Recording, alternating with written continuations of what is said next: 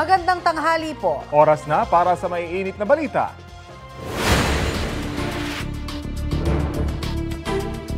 Mainit na balita, 10 opisyal ng Department of Public Works and Highways ang inimbestigahan kaugnay sa maanumalyang flood control projects. Kabilang dyan ang ilang regional directors na ayon kay Secretary Vince Dizon ay may lavish lifestyle o maluhong pamumuhay. Sa listahang inilabas sa press conference ngayong umaga, ilang opisyal din ang iniimbestigahan dahil sa substandard projects.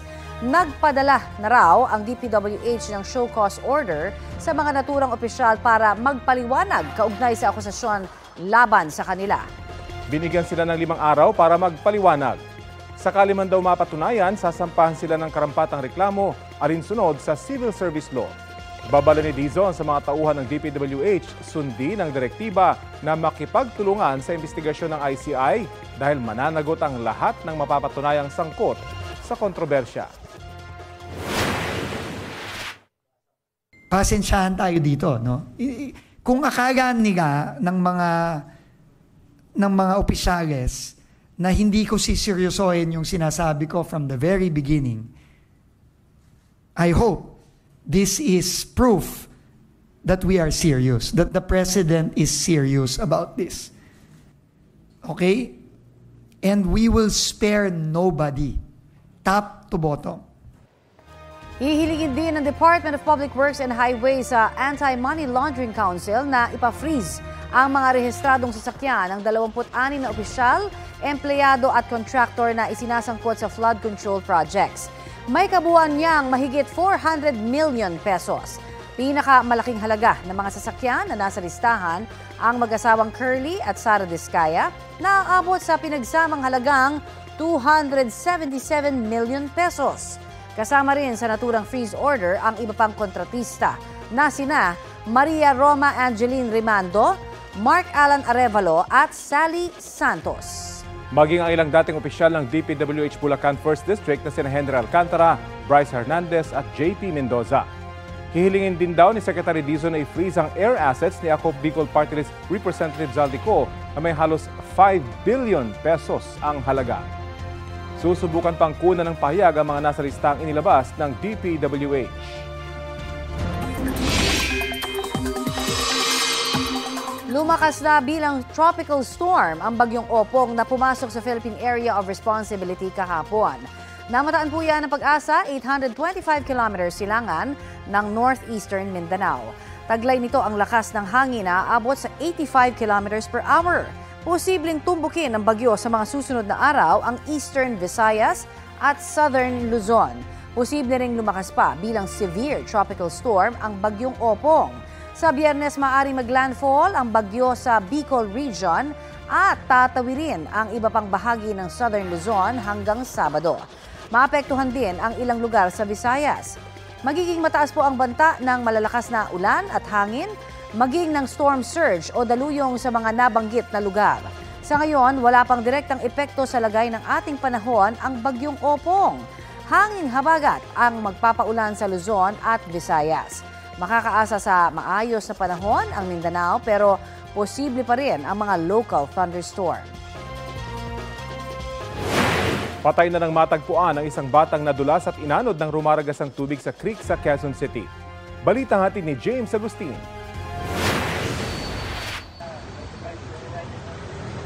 Sinuong ng mga rescuer ng Quezon City Disaster Risk Reduction and Management Office ang bahagi ng UP Professor Creekside sa Barangay Kulya para hanapin ang isang batang babae kahapon ng umaga.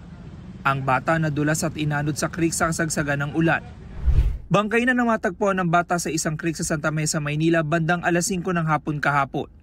Kinilala ang 8 taong kulang na bata na si Tricia Liz Gonzalez. Kasama po yung mga taga-barangay, pinuntahan natin itong lugar kung saan nangyari yung insidente. Napakakipot po nitong daanan na ito at isang tao lamang yung kasya. Katabi na mismo nito, itong creek kung saan nadulas ang bata. Kwento ng tatay ng bata, kauwi lang ni Tricia Liz galing sa kanyang kalaro nang lumabas ulit ito sa kanilang bahay. Doon na nangyari ang insidente. Nakasigaw pa raw si Tricia Liz para humingi ng tulong. Nung marinig yung kuya, lumabas yung kuya, tinalon sa tubig. Pero hindi niya na maabot kasi malakas ang agos. Gumagano-gano na yung bata. Hindi niya na nakuha, kumbaga. Nasa labas din daw siya noon dahil bumili siya ng tinapay pang almusal ng kanyang mga anak. Binaybay ko itong sapa na to hanggang doon, papunta ng Muñoz. Tinulungan din ako ng ibang tao, yung security guard. Sabi ko po kasi na laglag po yung anak ko. Nananawagan ng pamilya ng tulong para maiburol at maipalibing ang labi ng bata. James Agustin, nagbabalita para sa GMA Integrated News. Inirekomendang kasuhan ng indirect bribery at malversation of public funds ang ilang sangkot sa maanumalyang flood control projects. Kabilang po ang mga senador na sina Jinggoy Estrada at Joel Villanueva. Sina Estrada at Villanueva muling itinanggi ang alegasyon. Balitang hatid ni Mav Gonzalez. Nangangamba po kasi ako sa seguridad ng pamilya ko. Mabigat ang mga alegasyon ni dating DPWH Bulacan 1st District Engineer Henry Alcantara sa sinumpaang salaysay na binasa niya sa pagdinig ng Senate Blue Ribbon Committee. 7 personalidad ang kanyang isinangkot sa pagtanggap umano ng kickback, sina Senador Jinggoy Estrada, Senador Joel Villanueva, dating Senador Bong Revilla, dating House Appropriations Committee Chairman Congressman Zaldico, dating DPWH Undersecretary Roberto Bernardo, dating Caloocan Representative Mitch Cahayon-Uy at COA Commissioner Mario Lipana. Unang binanggit ni Alcantara si dating Yusek Bernardo na tumulong daw sa kanyang maitalaga bilang District Engineer ng Bulacan 1st District noong 2019. 2022 umano nagsimulang magbaba ng pondo si Bernardo sa distrito ni Alcantara sa halagang 350 million pesos. 25% ang nakalaan para sa proponent. Noong 2023, 710 million pesos ang halaga ng proyektong naipababa ni Bernardo sa distrito ni Alcantara. Sa halagang ito, 450 million pesos ang pumasok sa National Expenditure Program, 260 million pesos naman sa General Appropriations Act pagkatapos magkaroon ng insertions. Ang para sa proponent, 25% po at may advance ito na 5 to 15 na kalimitang hinihingi ni Yusek Bernardo kapag ganap na ang NEP base sa pagdinig sa Kamera del Representante. Samantala ang pondong na BICAM ay may advance payment na 5 to 10 na kalimitang hinihingi matapos ang deliberasyon ng BICAM. At ang balansa ay babayaran pagbuo paglabas ng GAA. 3.3 billion pesos naman ang naibabang pondo noong 2024 at ngayong 2025 umabot umano sa 2.55 billion pesos ang naipababa ni Bernardo sa distrito ni Alcantara. Dagdag ni Alcantara, sinabi ni Bernardo na ang 300 million pesos na GAA insertions noong 2024 ay para umano kay dating Senador Bong Revilla na re-electionist noong election 2025. Ayon kay Yusek Bernardo, ang GAA insertions noong 2024 na magkakalaga ng 300 para po 300 million na para kay, sabi niya po sa akin, para kay Senator Bong Revilla na noon ay kumandidato bilang senador para sa 2025. Sinabihan ako ni Yusek Bernardo, Henry, kay Sed Bong yan, baka gusto mo tumulong sa kanya.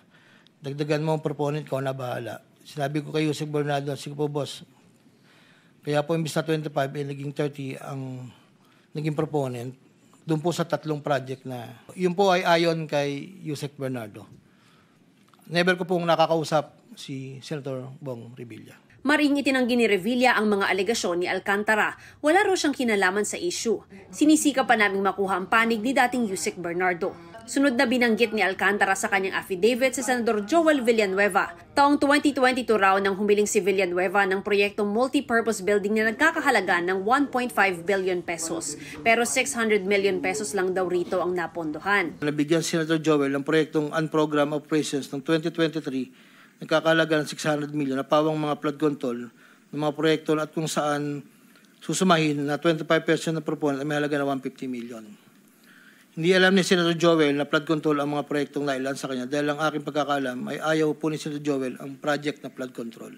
Ayon kay Alcantara, dinala niya ang 150 million sa rest house sa Bukawi, Bulacan at iniwan sa tauhan ni Villanueva na nagngangalang Peng.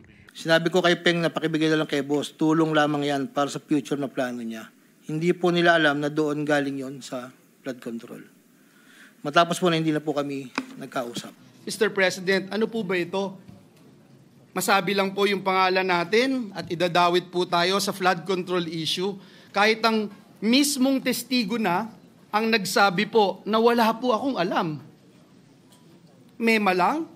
2024 din umano na ikamada ang 7 proyekto para kay Estrada. Tinanong ako ni Yusek Bernardo kung meron pa akong gustong lagyan at meron pang available na 355 si SJE. Ayon po kay Yusek Bernardo. Sabi ko po, boss, meron naman. Sagot ni Yusek Bernardo sa akin na ipasok ko agad sa kanyang listahan ng oras na yon. Wala po akong direktang transaksyon o direktang pakipag-ugnayan kay Senator Jinggoy. I am more than ready to dismantle the baseless lies being peddled in the Blue Ribbon Committee, come hell or high water. Kwinento naman ni Alcantara ang kaugnayan ni Congressman Ko sa anomalya. Noong una raw, 20% lang ang porsyento ni Ko, pero tumaas ito sa 25% noong 2023. Sa pagitan ng 4 na taon, mula 2022 hanggang 2025, naging tagapagtaguyod si Kong Saldi ng mga proyekto sa Bulacan First. May kumulang 426 na proyekto. Ang kabuang halaga ng proyekto na ito, ayon po sa nalakap kong record, ay hindi bababa sa 35 billion, 24 million pesos. Ang pambayad para kay Kong Saldi ay nanggaling sa mga advances mula sa kontratista, pero hindi na alam ng mga kontratista kung para kanino ang advance na yon. Ang bulto-bultong pera sa larawang ito, kung saan makikita rin si Alcantara, para raw lahat kay Ko. Abot daw yan sa mahigit 1 bilyong piso. Hindi rin daw isang bagsakan ng bayad kay Ko at karaniwang hinahatid nila ang pera sa isang hotel sa BGC o sa bahay nito. Si Alcantara, personal daw na naghatid ng pera para kay Ko. May isa o 2 beses na dinala ko sa parking lot ng Shangri-La Hotel, Bonifacio Global City, ang porsyento ni Kong Saldi. Paminsan-minsan man, inahatid ko ito sa kanyang bahay sa Pasig City. Minsan po, inuutos ko lang po. Minsan po, ako po ang nagbababa. May tao lang pong tatanggap. Tapos po, iiwalan ko na po. Maging sina dating Assistant District Engineer Bryce Hernandez at Engineer JP Mendoza, dati na raw nag-deliver ng pera para kay Ko sa hotel sa BGC at sa bahay nito. Tingin ko po, bilyon po yun. Bilyon? Opo. Saan nyo sinakay yung bilyon? Sa mga van po, kung di po ako nagkamali, mga 6 o 7 van po yung gamit namin nun. 7 van? Bakit? Ilang maleta ba yung ilang bilyon na yon? Ang laman po ng isang maleta nasa 50 million po. So ilang maleta lahat-lahat yun? Estimate mo, pagkatanda mo? Mahigit po sa 20 maleta, Your Honor. At diretso po siya sa elevator, paakyat po doon sa penthouse. Kinarga po ninyo sa penthouse? Sa pinakataas po. Actually, yung isang kasama po namin na si Engineer Paul, nakarating po siya mismo doon sa loob ng penthouse. Bukod po sa Shangri-La, nagdadala rin po kami sa... Sa isang pahayag, sinabi ni Ko, walang katotohanan at walang basehan ang mga alegasyon laban sa kanya sa pagdinig sa Senado. Sa tamang forum at sa tamang panahon daw niya sasagutin ang mga alegasyon. Dagdag ni Alcantara, nagbigay rin umano siya ng listahan ng flood control projects sa First Star Builders Contractors at kay COA Commissioner Lipana. Nagbaba rin daw ng pondo sa Bulacan First DEO si dating Congresswoman Mitch Cahayon Uy. Tinanong niya kung pwede siya magpababa ng pondo sa aking DEO. At sinagot ko naman na opo, pwede po. Unong taong 2022, nakapagbaba ng halagang 411 million sa GAA si Yusek Mitch na may usapan kami na may gastos na 10% lang po. Hindi niya po pinakailaman yon. Sabi niya, bahala ka na. Kung sino man ang mananalod contractor niyan. Sinisika pa namin makuha ang panig ni Lipana, Cahayon Uy at First Star Builders. Mula sa Senado ay sinama ni Justice Secretary Jesus Crispin Remulla sa DOJ si Alcantara para i-evaluate ang kanyang affidavit. At pagbalik, sabi ni Remulla, inirekomenda ng NBI ang paghahain ng kasong indirect bribery at malversation of public funds laban kina Alcantara, Villanueva, Estrada, Ko, Bernardo at Cahayon Uy. The NBI would be investigating it, and on the outset, they recommended the filing of charges already. So we treated this already as a complaint with the NBI as the endorsing agency. Ayon kay Remulla, sinisilip na ang naging papel ni Revilla at Lipana kaya di mo na sila inirekomendang kasuhan. Dagdag ni Remulla, I believe that freeze orders have been issued already by the AMLC over the bank accounts of many people. Ayon naman sa Anti-Money Laundering Council, natanggap na nila ang referral mula sa DOJ at ina-action na ito. Mav Gonzalez nagbabalita para sa GMA Integrated News. Mainit na balita, humarap sa Independent Commission for Infrastructure ang ilang dating opisyal ng Department of Public Works and Highways, kaugnay pa rin sa investigasyon sa issue sa flood control projects. Detalye tayo sa ulat on the spot ni Joseph Morong. Joseph? Rafi, yung tatlong dating DPWH Bulacan 1st District Engineers at saka isang dating DPWH Undersecretary ang humarap at ipinatawag ng Independent Commission for Infrastructure o ICI ngayong araw. Magkakasabay na dumating sa ICI sina dating DPWH Bulacan 1st District Engineer Henry Alcantara, bitbit ng Senate Sergeant at Arms. Nasa kabilang van naman sina dating Bulacan DPWH 1st District Assistant Engineers Bryce Hernandez at JP Mendoza. Rafi, mahigpit ang seguridad sa tatlo at hindi na nagpaunlak ng panayam ang mga engineer na umano'y nasa likod ng pagbibigay ng mga kickback sa mga politiko kasabwat ang mga kontraktor. Dumating din si dating DPWH Undersecretary Maria Catalina Cabral sa pagdinig pero hindi na rin siya nagbigay ng pahayag sa media. Pero saglit lamang na umalis din itong sina Mendoza at Hernandez para dalhin naman sila sa Department of Justice sa Maynila para sa isang pulong kasama si Department of Justice Secretary Crispin Remulla. Ayon sa ICI, ang apat ang magiging testigo sa ginagawang pagdinig ng ICI ngayong umaga tungkol sa mga maanumalya umunong flood control projects. Kahapon ay yung mga senador na sina Senador Jinggoy Estrada at Senador Joel Villanueva na idinadawit sa mga kickback galing sa mga flood control projects ang kinausap ng ICI. Parehong itinanggi ng dalawa ang mga paratang. Ayon kay ICI Special Advisor at Baguio City Mayor Benji Magalong, nakatakdang isuko ni Hernandez ngayong araw ang isang luxury vehicle at sa itong Lamborghini at kasunod ito ng pag-turnover ni Hernandez noong Biyernes ng isa pang luxury vehicle na nagkakahalaga naman ng 12 milyong piso. Ayon kay Magalong, sabi ni Hernandez, isasauli niya ang lahat ng kanyang luxury vehicles na nabanggit niya sa pagdinig sa Senado, kasama na doon yung mga mamahaling mga motor. Narito ang pahayag ni Mayor Magalong. Maraming yan.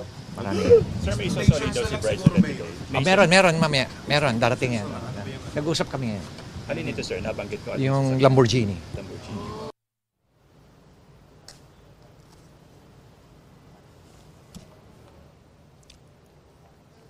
Rafi, sa mga susunod na araw ay mag-appoint na itong ICI ng Executive Director at tagapagsalita. Kahapon ay nagsalita itong si ICI Chairman na si dating Supreme Court Associate Justice Andres Reyes Jr. at sinabi niya tungkol sa kanilang investigasyon na ginagawa ay walang sinuman ang mas mataas sa batas o mas makapangyarihan sa batas o no one is above the law, Rafi. Maraming salamat, Joseph Morong. Ito ang GMA Regional TV News. Mainit na balita mula sa Luzon, hatid ng GMA Regional TV. Hulikam ang pananalasa ng isang buhawi sa Olongapo City. Chris, may napinsala ba? Tony, ayon sa uploader, 3 bahay ang nasira ng buhawi. Kita sa video na nagliparan ng mga tarapal at plastic bottle sa bubong ng bahay na yan sa Barangay East Bahak-Bahak. Kwento ng uploader, may mga nagliparan ding bubong ng bahay. Tumagal ng 1 minuto ang buhawi, walang naitalang nasugatan.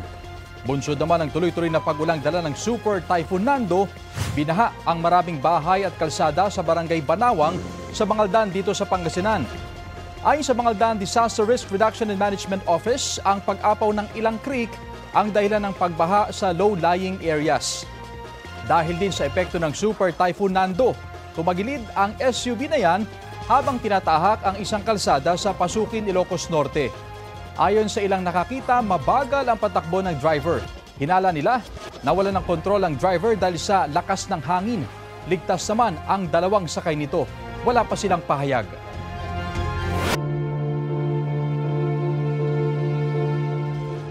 Update tayo sa mainit na balita ngayong tanghali. Tungkol pa rin yan sa utos ng DPWH sa ilang opisyal nito na ipaliwanag ang kanilang maluho umanong pamumuhay at mga substandard daw na proyekto. May ulat on the spot si Maki Pulido. Maki? Ayon kay DPWH Secretary Dean Stiso, napadalhan na ng show cause orders ang 10 DPWH regional at district engineers dahil sa di umano'y lavish lifestyle o magarang pamumuhay, pagpapatupad ng mga substandard projects o kaya paninira ng mga dokumento. May 5 araw daw mga opisyal na sumagot sa show cause order, pero kung may ebidensya sa mga opisyal, isusumite ng DPWH ang mga dokumento at ebidensya sa sa Independent Commission for Infrastructure para sa posibleng kasong kriminal. Umpisa pa lang dito, sabi ni Dizon, posibleng araw, sabi niya na linggo-linggo silang maglalabas ng mga pangalan na i-issuehan ng show cause order, top to bottom dato. Tanggap na rin ni Dizon ang sagot ng Land Transportation Office at Civil Aeronautics Board. Kauna ito sa kanilang request ng listahan ng air at land assets ng 26 na individual na una nang hinainan ng kaso sa Ombudsman. Sa listahan ng LTO, aabot sa halagang mahigit 474 million pesos ang mga sasakyang nakapangalan sa kanila. Mahigit 200 million pesos dito nakapangalan kay Sara Diskaya. Sa listahan ng CAAP, tanging si Zal Dicolang ang may 7 air asset o 11 air asset na nakapangalan sa kanya. Ang kabuang halaga ay 4.7 billion pesos. Isa rito ay isang Gulfstream 350 at 2 Bell helicopter. Ang mga dokumento tungkol dito ay isusumite ng DPWH sa DOJ, ICI at Anti-Money Laundering Council. Dagdag ni Dizon, nag-retire na daw si dating DPWH USEC Roberto Bernardo noong August 15, pero hindi raw porket nagretiro na ay hindi na ito may hahabulan ng kaso. Rafi? Maraming salamat, Maki Pulido. Idinetalye ni Pacifico Curly Diskaya sa pagdinig ng Senate Blue Ribbon Committee ang umano'y dayaan sa bidding sa mga proyekto ng gobyerno. Dito rin sinabi ni dating DPWH Bulacan 1st District Assistant District Engineer Bryce Hernandez na overpriced ang lahat ng proyekto sa kanilang lugar dahil sa porsyentuhan. Balitang hatid ni Sandra Aguinaldo. Karamihan ng mga proyekto ng gobyerno dumaraan sa bidding para mabusisi at matukoy kung kanino ito mapupunta.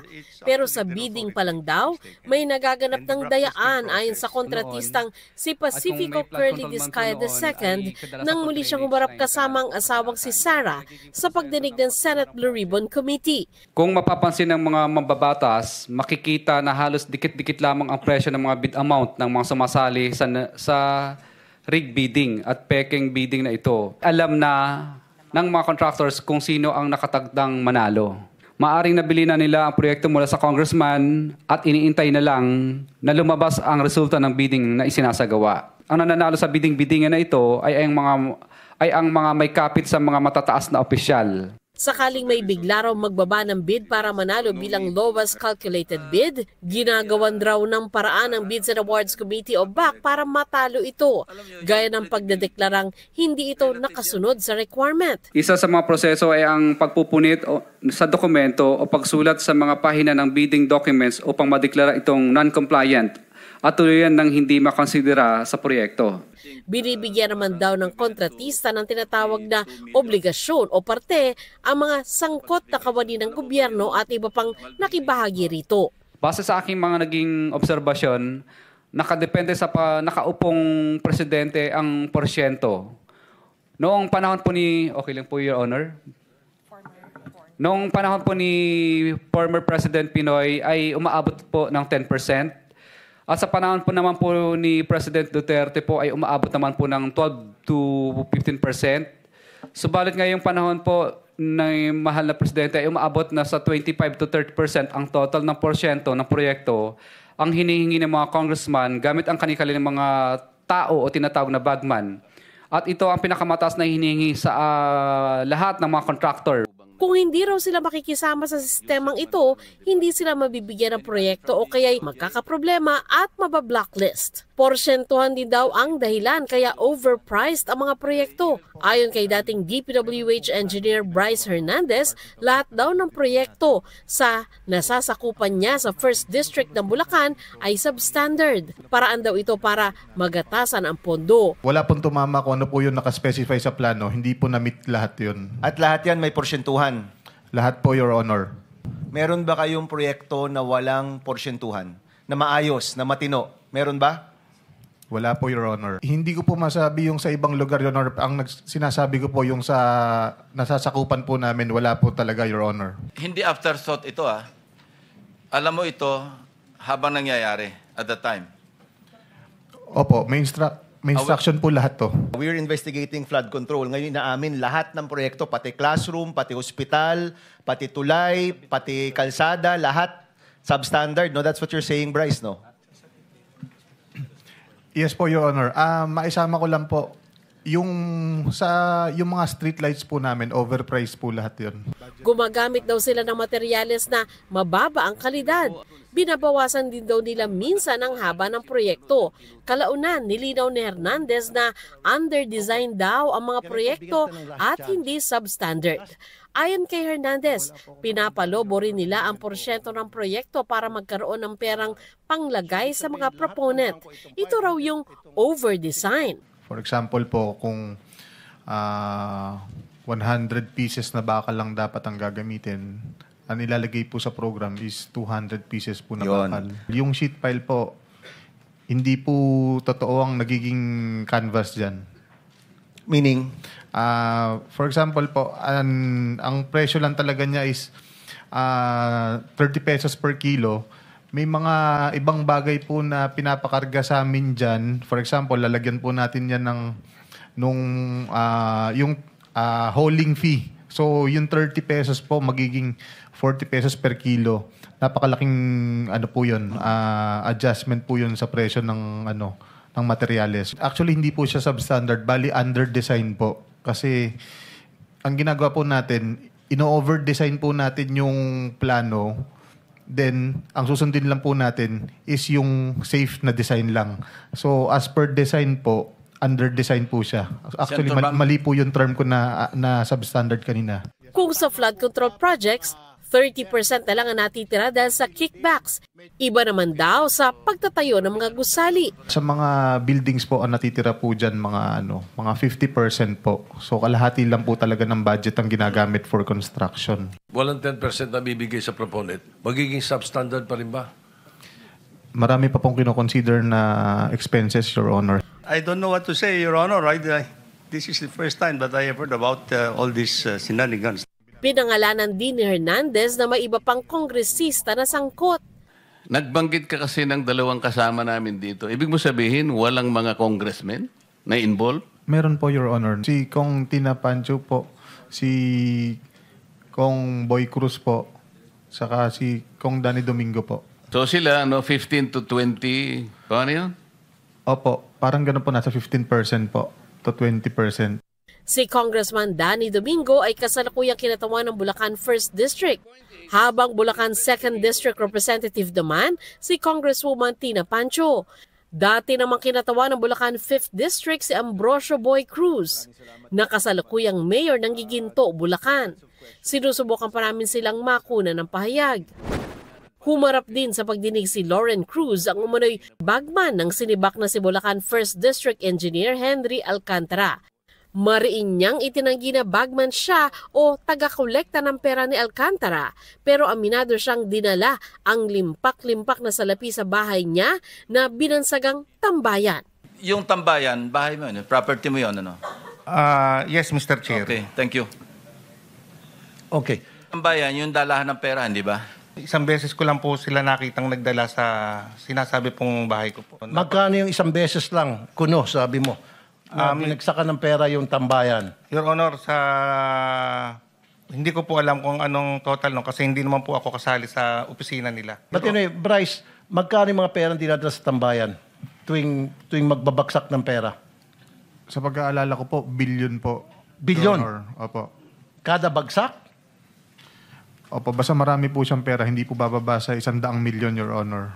Sandra Aguinaldo, nagbabalita para sa GMA Integrated News.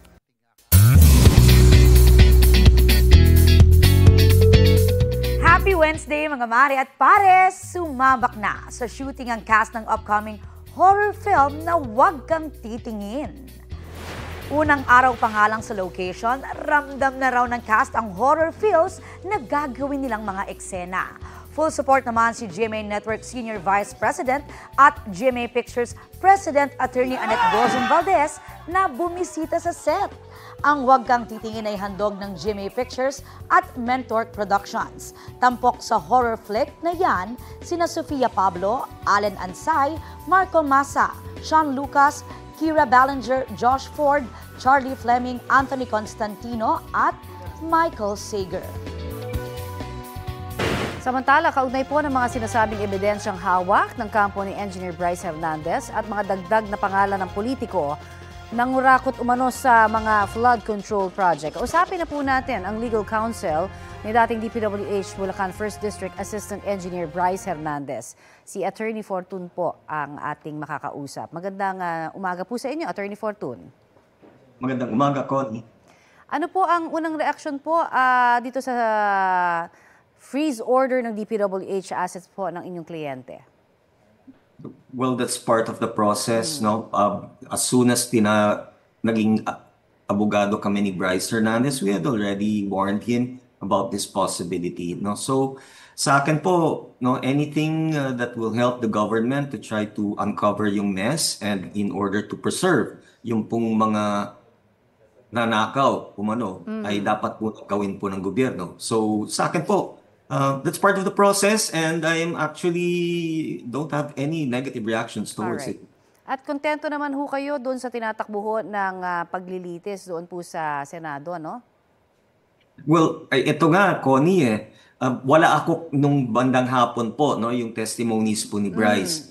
You will notice that prior to this week, hindi po ako nagsasalita for him. And the reason for that was that I already was very clear, no? Unless and until magsasabi ka ng the whole truth and nothing but the truth, I cannot speak for you. Okay. Alam po ng mga nakararami yan, na hindi ako magpapagamit as counsel to cover up for deception, for trying to twist the truth. Hindi ako papayag, no? I have higher standards, no, as a lawyer than that. So, pero nag-umpisa po yung change of heart ko na din nung number one, return siya nung kanyang sasakyan sa ICI, no? And my understanding is that there are now moves to try to also to turn over yung mga other vehicles niya. Yes. And then, nadinig ko na po ito ngayon, especially yung kahapon. Kasi prior to that, ang concentration lang ng law office namin was with regard dun sa testimony niya dun sa flood control. And yesterday, he started talking about yung mga other anomalies mismo doon sa other projects. No, yung mga infrastructure, road building, yung mga tulay, yung mga ganito, yung sa hospital and etc. with regard dun sa nasasakupan ng Bulacan 1st District. Okay. So alam mo, ang gaang-gaang ng loob ko ngayon para kay Bryce, sa totoo lang, because I am so happy that there is somebody now who has already started the ball rolling and started now speaking about the anomalies in the DPWH, no? And I am so hopeful, no, na itong umpisa ng ginawa ni Bryce, no, will also embolden other district engineers, no, to speak out about yung mga anomalies na nangyayari doon sa kanilang mga distrito. Are you still hoping na kayo ho ng inyong kliyente ay, kumbaga si Bryce Hernandez po ay mapabilang po doon sa Witness Protection Program po ng ating gobyerno? Dahil ang sabi niya nga ho, marami pang laman yung kanya pong computer. Inyo hong makukumpirma ho ba itong mga sinasabi po na patungkol po sa iba pang mga pangalan na maaring madawit pa dito? Well, one of the jobs of counsel is to find out the truth, no, yung lahat na nalalaman ng kliyente. And marami pong mga sinabi sa amin si Bryce, no, na of course, hindi po kami at liberty to say at this particular time. It has to come from him.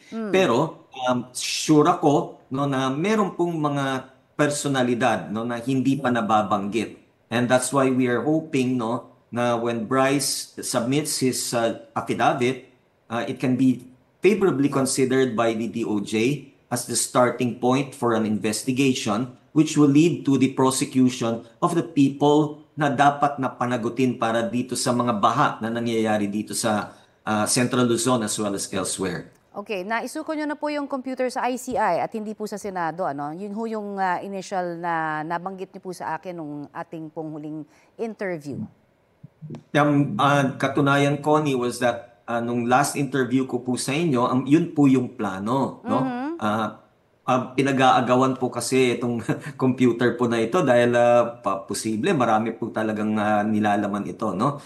But there are also other documents, no, mga hard documents na turn over na sa Senado. Now, yesterday, after yung pong sudden admission ngayon ni Engineer Alcantara, which basically confirmed and validated everything na sinabi ni Bryce, nagdesisyon na rin si Bryce, no, na pumasok na rin at mag-apply na rin for witness protection ng DOJ and to become a state witness. So, nagdesisyon na din po siya na today po ito pong desktop computer, mawalang galang po sa ICI po, no, ay ibibigay po ni Bryce doon po sa DOJ as a show of sincerity po doon sa na meron talaga siyang cooperation in order to be qualified, no, to enter the witness protection program. I see. At ito pong sinasabi na pagpapakita syempre ng kanyang goodwill, nauna ho siya, no, nagbigay na ng kanyang luxury vehicle.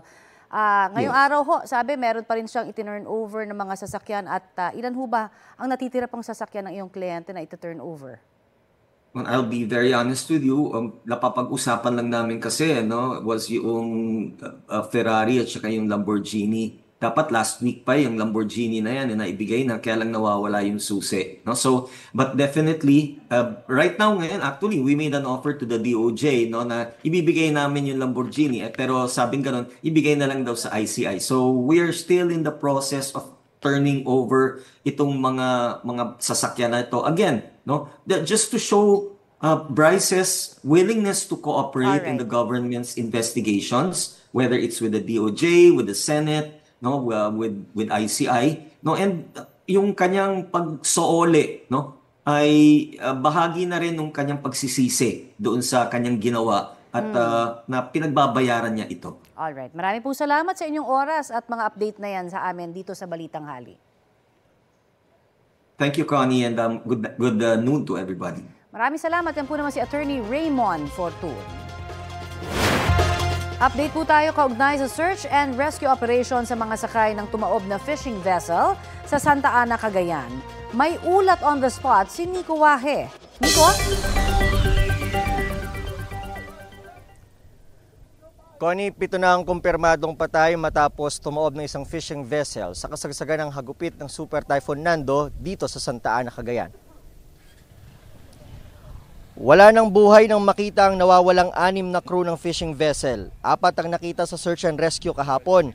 Pero dahil medyo hindi maganda ang panahon kagabi, hininto muna ang search and rescue operations bandang alas 8. Itinuloy yung operations alas 6 ng umaga kanina, kung saan nakita ng tuluyan ang 3 pang nawawala. Karamihan sa mga katawan ay napadpad sa mga bakawan. Ang ilan naman ay nakalutang na sa dagat. Naging pahirapan daw ang rescue operations. Kinailangan pang gumamit ng chainsaw para lang butasin ang bangka at makuha ang mga katawan na nasa loob ng tumaob na vessel. Inihahanda na ang mga katawan para maiuwi sa kanilang mga probinsya. Ilan sa mga crew ay nakatira rito sa Cagayan, Aurora, Quezon at Bicol. Connie, yung nakikita nyo, yan yung mismong fishing vessel na tumaob nung kasagsagan ng bagyo. Talagang wasak na itong fishing vessel na to. Sa ilalim niyan, yung engine room, doon nagtago yung ibang, doon napadpad yung ibang mga crew nitong fishing vessel. At ito nga sinasabi ng Coast Guard, hindi umalis doon sa fishing vessel yung mga crew kahit kasagsagan na ng bagyo para bantayan ito. Ang irerekomenda daw ng Coast Guard at maging ng MDRRMO sa LGU ay kapag ganito masama ang panahon, wala na dapat matitira maging dito sa loob ng kanilang mga bangka. Balik sa iyo, Connie. Maraming salamat, Nico Wahe.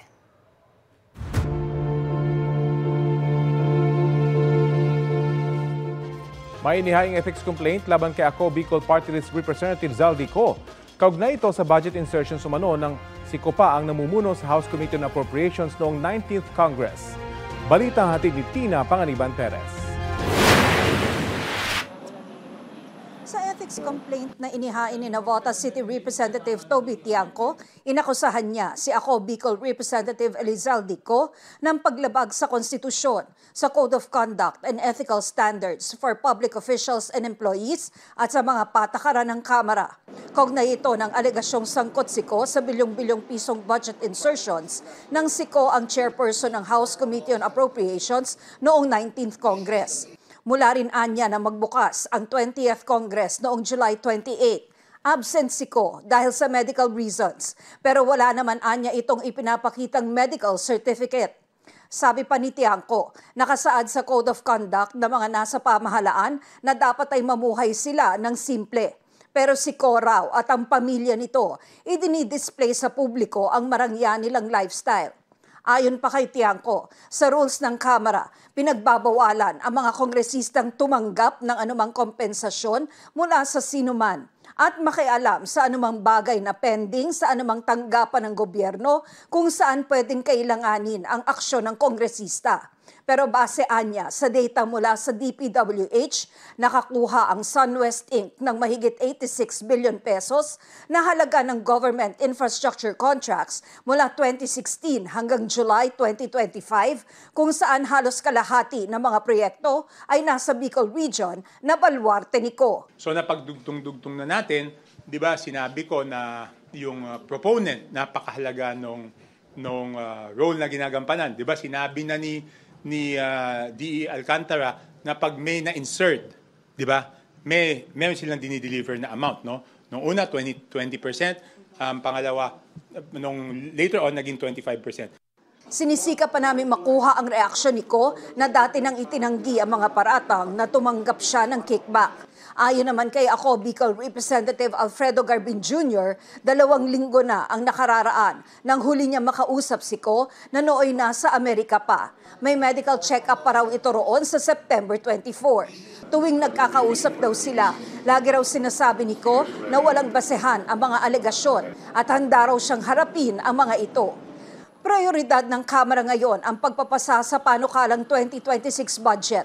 Pero hiling ng Ethics Committee, payagan silang magsagawa ng mga pagdinig.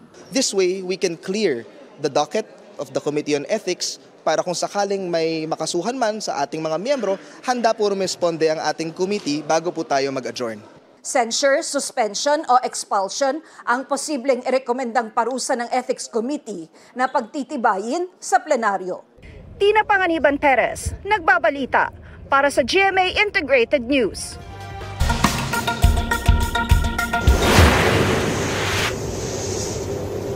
Maging ang Hong Kong naramdaman ang hagupit ng Typhoon Ragasa o ang Bagyong Nando na dumaan sa Northern Luzon kamakailan. Yan ang sinasabing pinakamalakas na bagyong nalalasa sa Hong Kong ngayong taon. Halos naparalisa ang buong Hong Kong sa paglandfall doon ng bagyo. Mahigit 700 flights ang nakansela. Itinaas sa Hong Kong ang Typhoon Signal number 10, ang pinakamataas na babala nila sa publiko. Nagresulta yan para i-shutdown ang maraming negosyo at transport services sa lungsod. Ito ang GMA Regional TV News. Nagbabalik ang GMA Regional TV para sa mainit na balita sa Visayas at Mindanao. Pahirapang makatawid sa ilog ang ilang residente sa Buldon, Maguindanao del Norte dahil sa nasirang tulay. Cecil, paano yung diskarte ng mga residente? Ngayon nasira yung tulay. Rafi, natatawid nila ang rumaragasang ilog gamit ang improvised na zipline. Para makapunta sa kabilang parte ng ilog, umuupo sa kahoy na kakabit sa lubid ang mga residente. Ayon sa mga residente, yan ang ginagawa nila tuwing tumataas ang antas ng tubig sa Lumabik River. Nasira kasi ng baha ang tulay na itinayo roon at hindi na inayos. Yan lang din ang daan nila papunta sa paaralan, pamilihan at ospital. Malaking hamon din daw tumawid doon kapag masama ang panahon. Inilikas naman ang mga pasyente mula sa Buluan District Hospital sa Maguindanao del Sur dahil sa pagbaha. Mahigit 200 pasyente ang inilipat sa Women's Center malapit sa Kapitolyo. Nakauwi na ang mahigit 100 sa mga pasyente.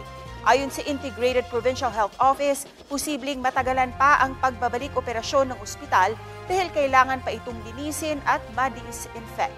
Tuloy-tuloy naman ang pagbibigay tulong ng lokal na pamahalaan sa mga apektadong pasyente at health workers. Napinsala naman ang 16 na bahay sa Liganes, Iloilo dahil sa malakas na hangin. Sa tala ng Municipal Disaster Risk Reduction and Management Office, 14 sa mga bahay ang partially damaged habang 2 ang totally damaged. Ayon sa Pag-asa, wala namang buhawi o thunderstorm na namonitor sa lugar. Update tayo sa lagay ng panahon ngayong lumakas na biglang tropical storm ang Bagyong Opong. Kausapin natin si Pag-asa Assistant Weather Services Chief Chris Perez. Magandang tanghali at welcome po sa Balitang Hali. Magandang tanghali po, Sir Rafi, at sa lahat po na ating mga taga-subaybay. Opo, may lugar na po bang may nakataas na babala ng bagyo?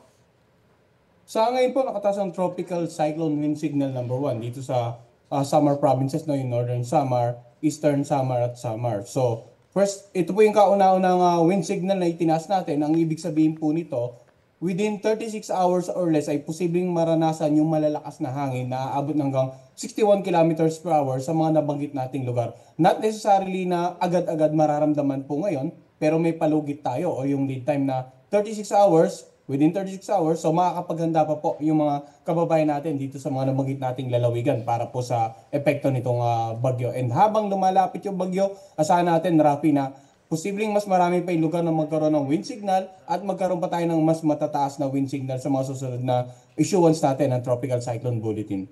Kailan po inaasahan yung direktang epekto ng Bagyong Opong at saan po ito? Ang unang-unang inaasahan pa natin yung potential na landfall nito ay sa darating na Sabado or Friday. Nitong darating na Friday, no? Yung pinakamalapit dito sa either sa Northern Samar area, Friday ng umaga. And then inaasahan natin itong tatawid nitong Kabikulan, then the Southern Luzon area, sa pagitan po ng Friday hanggang Saturday ng umaga. Yung pinakatinatayang sentro nito, inaasahan natin pagkilos, more to the Southern Luzon area, but we're not ruling out the possibility na maging malapit ang sentro sa Metro Manila during that period. So asahan po natin na magkaroon din ng, posibleng magkaroon ng warning signal sa Metro Manila sa mga susunod na issuance natin ng bulletin. Gaano po karami ang ulang dala nito? Ang sabi kasi severe tropical storm. May kinalaman ba yung pagiging severe nito sa dami ng ulang dala nitong bagyo? Well, actually, Rafi, ang projection natin ngayon, posible pang umabot ito sa typhoon category, no? And normally, kasi yung category, yung for example, yung nabanggit nila, severe tropical storm, more on dalang hangin po ang classification pag sinabi natin severe tropical storm rather than paulan. Pero sa mga susunod na araw, inaasahan natin na posible nga makaranas ng mga pag-ulan mula 100 to 200 millimeters of rain ang Metro Manila at yung mga karatig lalawigan. Ito yung time na posibleng tinatawid na yung Southern Luzon area nitong sentro ng bagyong si Opong. Pwede pa rin pong madagdagan yung amount na ipo-forecast natin kahit yung issuance po natin, not only the Tropical Cyclone Bulletin, pero yung pati yung weather advisory na patungkol naman sa ulan ay magiging madalas din po. Gaano po kalaki yung chance na magiging direct hit ng bagyo itong Metro Manila? Well, sa ngayon po nakikita natin, no, yung tinataya nating sentro ay hindi tatama ng Metro Manila. Instead, posibleng tawirin ng estimated center ay more on the Bicol region, then possibly the southern part of Quezon, and then the parts of Laguna, Batangas, Cavite area po. Pero regardless, kasi nga typhoon category to at malawak yung radius nito or diameter, so to speak, asahan po natin na kahit na nasa south yung sentro ng bagyong si Opong sa mga darating na araw, ay posibleng ang maapektuhan din ng Metro Manila in terms of malalakas na hangin at mga matitinding pag-ulan. Hindi lamang po Metro Manila, kundi maging mga karatig lalawigan dito sa Central Luzon at ilang bahagi po ng Visayas area. Maraming salamat po sa oras na ibinahagi nyo sa Balitang Hali. Maraming salamat din po at magandang araw. Yan po si Pag-asa Assistant Weather Services Chief Chris Perez. Ito ang GMA Regional TV News. Arestado dahil umano sa pangingikil o extortion ang 2 Koreano at 1 Pilipino sa Pampanga. Ayon sa mga otoridad, isinagawa ang entrapment operation laban sa mga sospek matapos silang ireklamo ng isa pang Koreano na kinikikilan umano siya ng mga sospek ng 4.4 billion pesos. Kapalit umano ng pera ang hindi pagtestigo ng 2 Koreanong sospek sa korte. Sabi pa ng mga otoridad, dati na ring nagdedemanda ang mga sospek at nangingikil kapalit ng hindi nila pagtestigo. Nakumpiska sa kanila ang 50 gramo ng mga hinihinalang iligal na droga na may halagang mahigit sa 600,000 pesos. Nakuha rin ang nasa 4 na milyong pisong marked money, baril at mga bala at ilang cellphones at mga pekeng ID. Nakapiit na ang mga sospek sa Mabalacat City Police Station at inihahanda na ang kasong isasampa laban sa kanila. Wala pang pahayag ang mga naarestong sospek.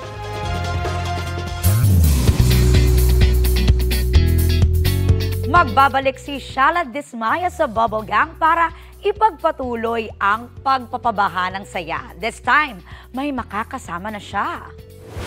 Sa official social media platforms ng programa, makikita si Shala played by Michael V na may kasamang lalaki na haharap daw sa pagdinig. Wala pang full face reveal pero ipinakita na ang nameplate niya na si Corny Dismaya. Ano kaya ang magiging connection niya sa pagdinig? Abangan yan this Sunday sa GMA, 6:10 p.m.